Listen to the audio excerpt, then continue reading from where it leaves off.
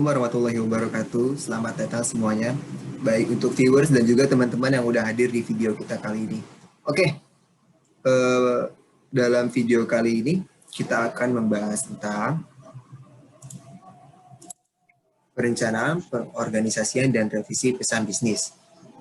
Materi ini akan disampaikan oleh kami yaitu kelompok 6 yang terdiri dari saya yaitu Redo Rahmatullah dan juga selanjutnya ada Yoda Febriansyah. Halo Yoda. Oke. Hai. Ada Mulia Meilisa. Halo Neng, Mulia. Halo. Oke, selanjutnya ada Nuke Febrian. Malam Nuke. Malam. Dan juga yang terakhir ada Selviana nih. Halo Selviana, apa kabar ya? Halo. Alhamdulillah sehat. Kamu apa kabar? Aku baik, terima kasih ya. Oke, langsung aja nih kita mulai ya materi kita kali ini.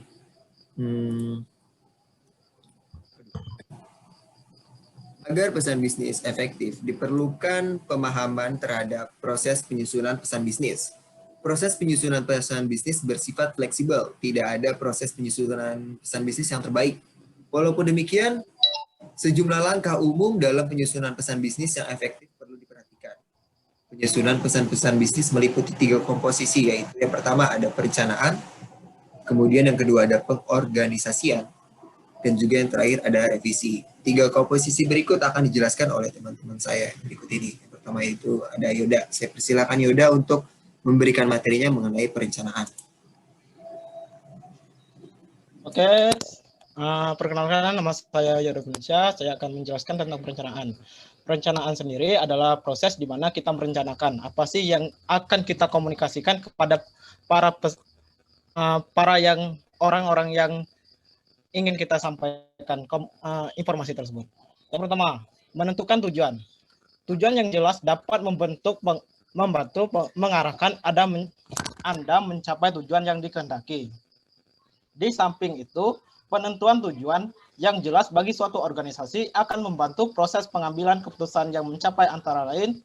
Yang pertama, yaitu keputusan untuk meneruskan pesan. Kemudian ada kedua, keputusan untuk menanggapi. Ketiga, keputusan untuk memutuskan isi pesan. Dan keempat, keputusan untuk menetapkan media yang akan digunakan. Kemudian ada analisis audiens. Proses di mana kita menganalisis audien para pendengar. Apakah para audien itu bisa tersampai komunikasi kita tersebut, apakah tidak. Yang pertama, mengembangkan profil audien. Yang sudah dikenakan biasanya relatif lebih mudah dilakukan tanpa harus melalui penelitian yang rumit.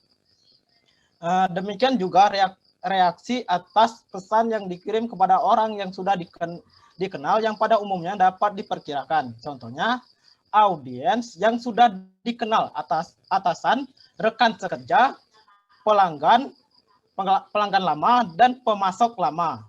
Kemudian ada B, yang kedua, memuaskan audiens akan kebutuhan informasi. Tahap ini kita menyampaikan informasi kepada audiens, apakah dia sudah mengerti atau belum informasi yang kita sampaikan. Pesan yang baik akan mampu memenuhi semua pertanyaan penerima. Memenuhi kebutuhan informasi penerima merupakan salah satu kunci sukses dalam pesan bisnis. Kemudian yang terakhir, memuaskan kebutuhan motivasi audiens. Hal yang harus diingat bahwa pesan bisnis disampaikan kepada audiens yang juga melakukan kegiatan bisnis dan memiliki pemahaman terhadap masalah bisnis. Untuk mencapai tujuan komunikasi, diupayakan agar pesan bisnis menggunakan pendekatan emosional, audiens, terstruktur, rasional, serta disusun dengan format yang menarik. Slide selanjutnya. Penentuan ide. Tahap ini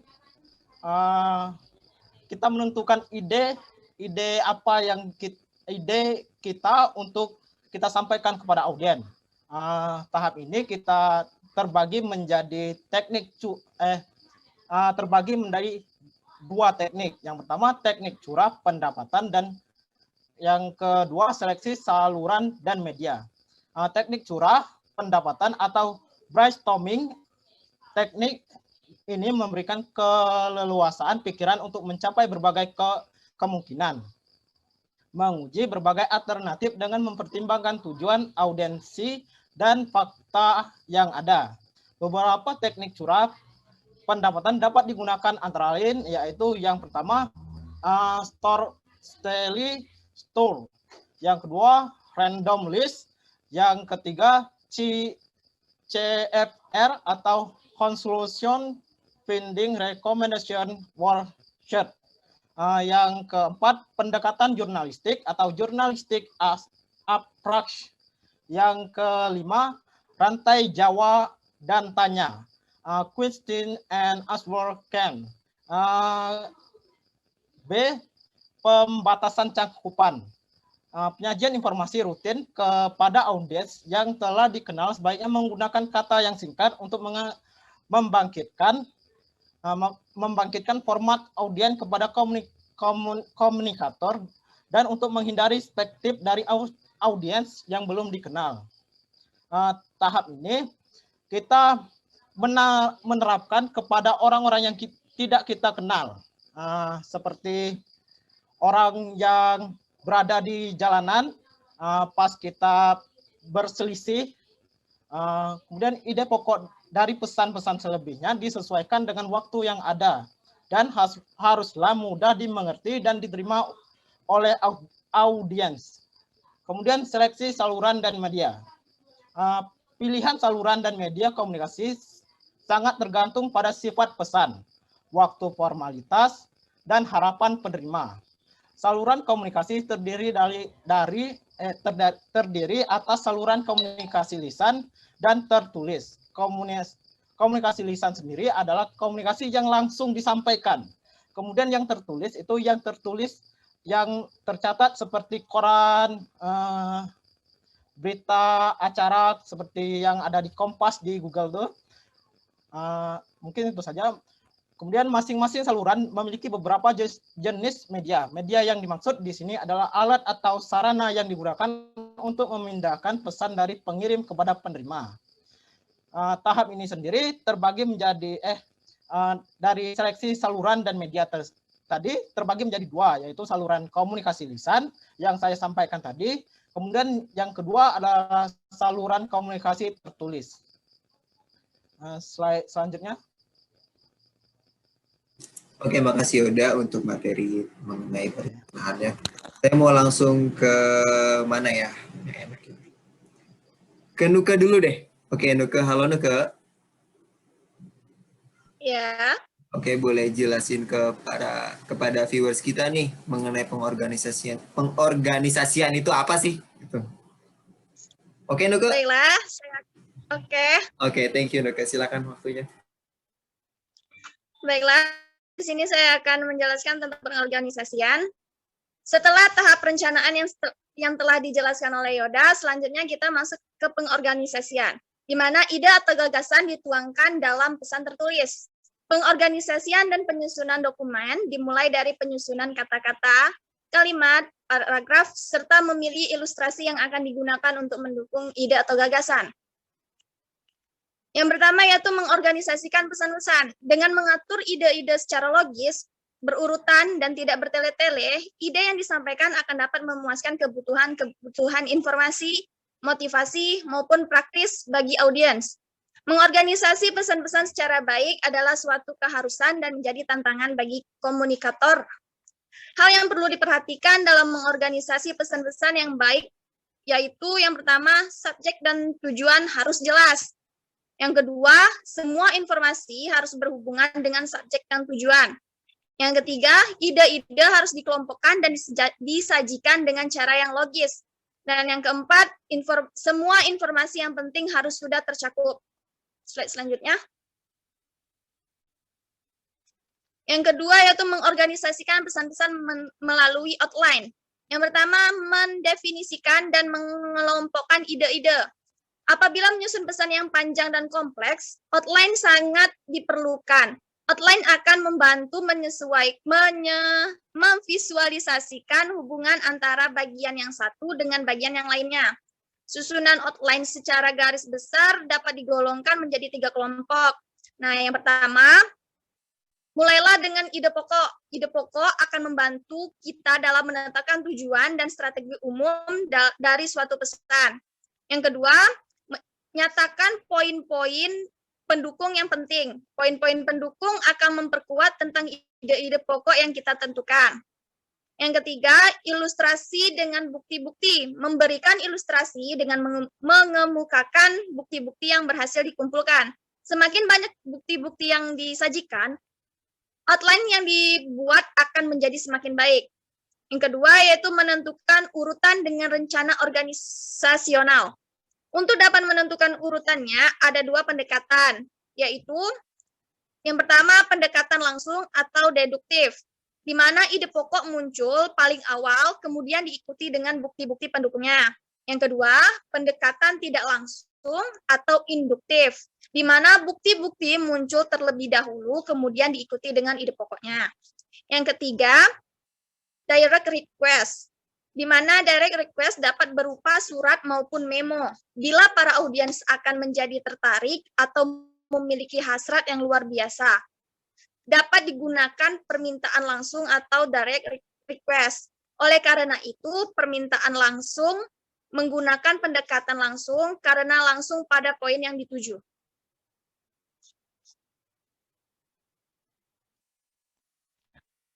Berikutnya itu memformulasikan pesan bisnis. Yang pertama, mengendalikan gaya dan nada.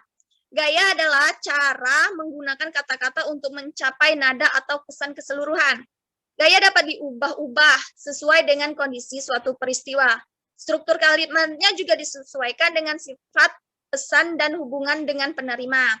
Setiap organisasi pada umumnya memiliki gaya tersendiri dan menggunakan kosakata tertentu yang cenderung sama.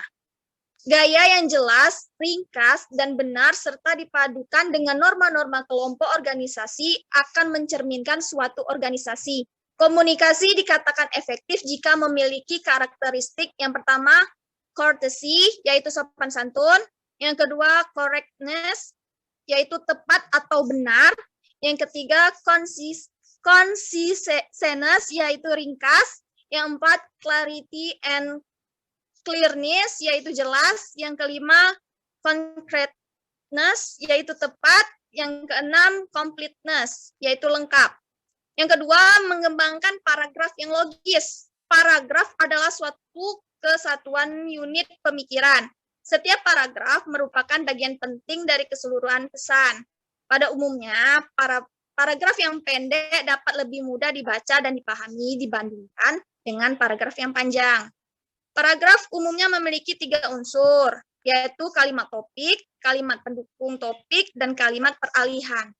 Di mana kalimat topik mengungkapkan subjek dari paragraf dan bagaimana subjek akan dikembangkan. Selanjutnya, paragraf dikembangkan melalui deretan kalimat berkaitan yang menyediakan dukungan untuk kalimat topik. Sedangkan unsur peralihan diatur dalam urutan yang logis dan terpadu. 5 teknik yang paling umum digunakan untuk mengembangkan paragraf. Yang pertama yaitu ilustrasi. Yang kedua ada perbandingan atau kontras. Yang ketiga ada sebab akibat. Yang keempat ada klarifikasi. Dan yang kelima adalah masalah dan penyelesaian. Oke, makasih Nuka atas penjelasannya mengenai organisasian. Oke, jadi selanjutnya saya mau ke Mulia dulu. Halo Mulia. Halo. Halo Mulia, boleh jelasin nih materi kita selanjutnya itu mengenai revisi pesan bisnis? Oke, baik. Lanjut kepada materi selanjutnya, yaitu mengenai revisi pesan-pesan bisnis. Setelah tahapan perencanaan, pengorganisasian, dan pembuatan atau penulisan pesan-pesan bisnis, langkah selanjutnya adalah melakukan koreksi, penyempurnaan, atau perbaikan terhadap pesan-pesan bisnis. Revisi sangat diperlukan agar pesan-pesan bisnis yang telah direncanakan dan dibuat tersebut dapat ditinjau ulang atau disempurnakan untuk menghindari kemungkinan terjadinya kesalahan ketik atau kekurangan lainnya. sehingga sesuai dengan maksud dan tujuan yang dikehendaki. Slide selanjutnya.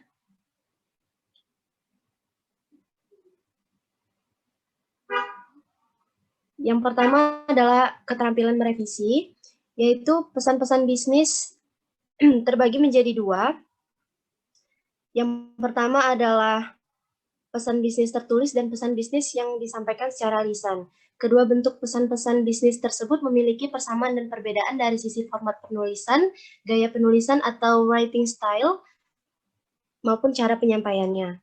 Yang pertama adalah pesan-pesan bisnis tertulis. Proses penulisan pesan-pesan bisnis dalam bentuk tertulis dimulai dari penulisan draft, selanjutnya dilakukan penelaah lebih lanjut dari sudut substansi suatu pesan maupun pengorganisasian, gaya atau style bahasa yang digunakan, susunan kalimat, mekanika, format, dan tata letak atau layout penulisannya. Terus lanjut yang kedua adalah pesan-pesan bisnis lisan, yang mana pesan-pesan bisnis lisan yang disampaikan secara lisan antara lain penyampaian pesan-pesan bisnis melalui rapat atau pertemuan bisnis, negosiasi, dan presentasi bisnis. Meskipun pesan-pesan tersebut disampaikan secara lisan, namun diperlukan juga kerangka dasar atau outline tentang substansi pesan-pesan bisnis yang akan disampaikan. Bagian-bagiannya adalah yang pertama itu substansi pesan, yang kedua pengorganisasian pesan, yang ketiga itu gaya bahasa. Lanjut, pemilihan kata yang tepat.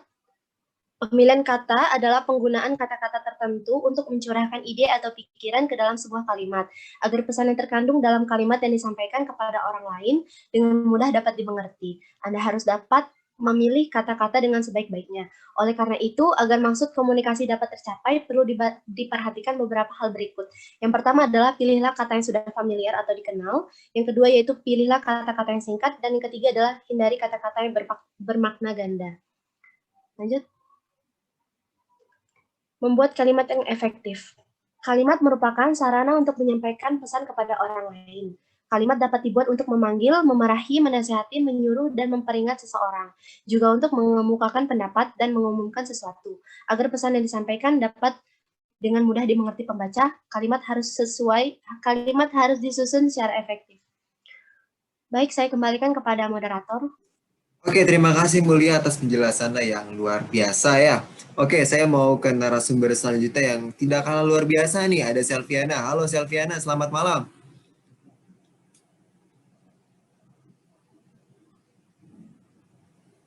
Halo Selviana. Halo dok. Oke. Untuk penjelasan selanjutnya, yaitu mengenai 3 jenis kalimat. Yaitu yang pertama ada kalimat sederhana, yaitu hanya memiliki sebuah objek, sebuah subjek, dan sebuah predikat tanpa objek. Namun, tidak menutup kemungkinan suatu kalimat dilengkapi dengan objek, baik langsung maupun tak langsung. Yang kedua yaitu kalimat majemuk, berisi 2 atau lebih klausa independen dan tidak mempunyai klausa dependen. Suatu kalimat majemuk dihubungkan dengan kata penghubung seperti dan, tetapi, atau. Nah, yang ketiga yaitu kalimat kompleks, berisi sebuah klausa independen dan 1 atau lebih klausa dependen sebagai anak kalimat. Selanjutnya, dong.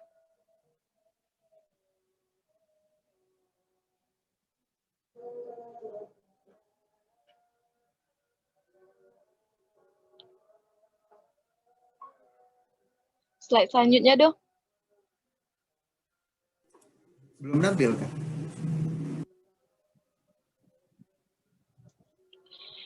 Untuk selanjutnya,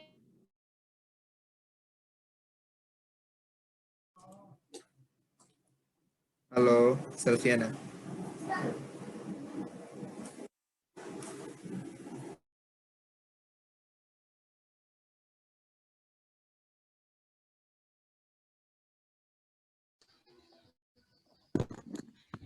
Mungkin Selviana ganggu Anda. Bisa digantikan orang lain dah. Mana dah?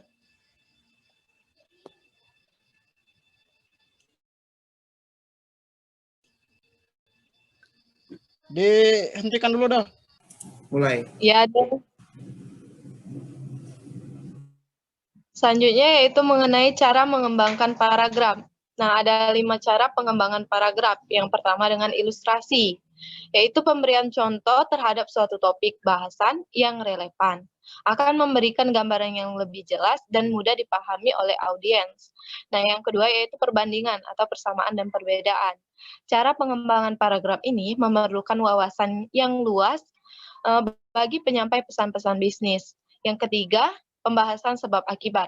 Pola pengembangan paragraf dengan sebab akibat akan membantu memberikan arah yang jelas terhadap suatu topik bahasan tertentu.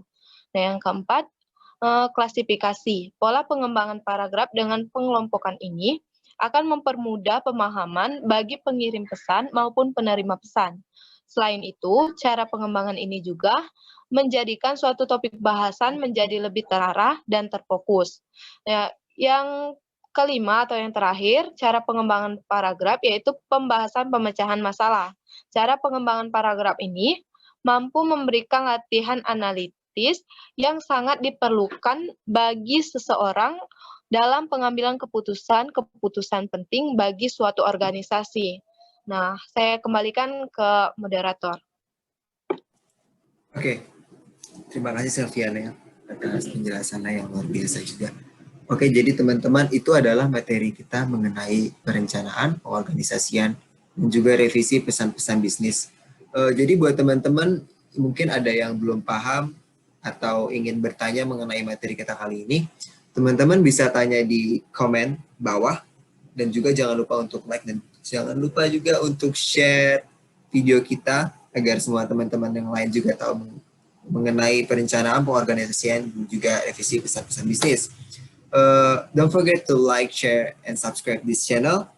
Sampai jumpa di video yang selanjutnya lagi. Saya mohon maaf apabila di kelompok kami ada kekurangan mengenai audionya atau videonya, dari audio visualnya, ataupun dari cara penyampaiannya. Saya mohon maaf, saya mewakili kelompok 6, dan juga terima kasih udah nonton video kita kali ini.